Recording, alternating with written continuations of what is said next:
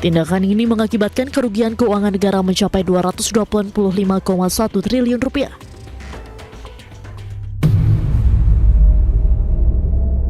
Rp285 triliun, bro. Negara rugi segitu gara-gara mafia migas.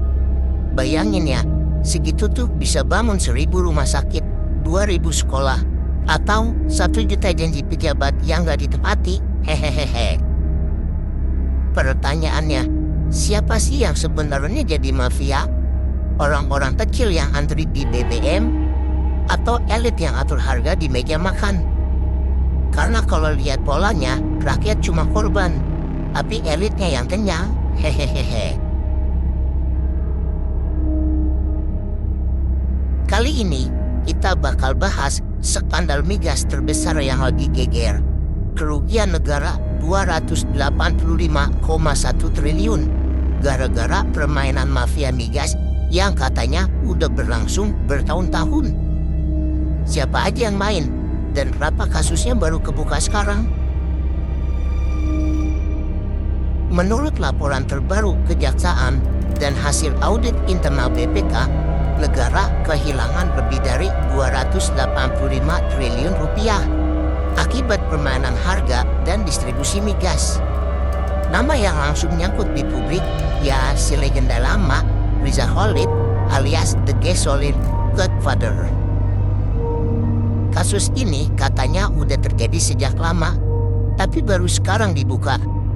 Pas tekanan publik mulai gede dan harga BBM makin bikin rakyat menggap-menggap. Lucunya, orang yang pernah disorot di zaman Papa minta saham, sekarang balik lagi di headline 2025. Lah, ini mafia atau Marvel? Kok bisa punya episode panjang banget?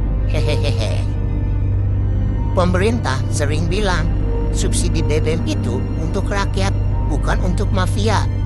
Tapi anehnya, setiap subsidi turun, yang kenyang justru yang punya kapal, bukan yang punya motor. Yang rakyat dapat BBM naik, pajak naik, biaya hidup naik. Tapi berita soal mafia selalu masih diselidiki lebih lanjut. Hahaha. Diselidiki bukan diselesaikan.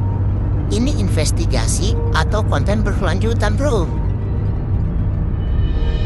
Dan lo tahu yang paling parah? Kerugian Rp285 triliun ini setara hampir 10% APBN kita tahun ini. Tapi di DPR, yang rame malah bahas kenaikan tunjangan reses. Rakyat disuruh irit, pejabatnya tambah legit. Hehehehe. Skema mafia migas ini tuh canggih banget, bro. Mereka main di impor, kuota, dan manipulasi harga jual. Mulai dari Pertamina, trader swasta, sampai kementerian yang katanya nggak tahu apa-apa. Kalau ditelusuri, ini bukan cuma soal Riza Khalid. Ada jaringan panjang, izin impor, markup harga, dan kontrak fiktif.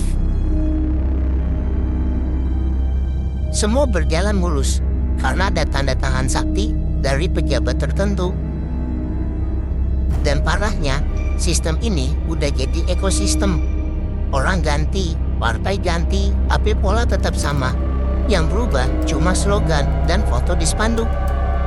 Sekarang pertanyaannya, kalau Rp285 triliun itu benar hilang, siapa yang harus tanggung jawab? Rakyat udah bayar pajak, bayar BBM, bayar listrik, tapi tetap disuruh sabar. Sementara mafia cuma perlu satu hal, koneksi. Hehehehe. Mereka bisa main angka di Microsoft Excel, tapi rakyat main hidup di real life. Dan tiap kali ada kasus begini, ujungnya pasti sama. Kita tunggu proses hukum.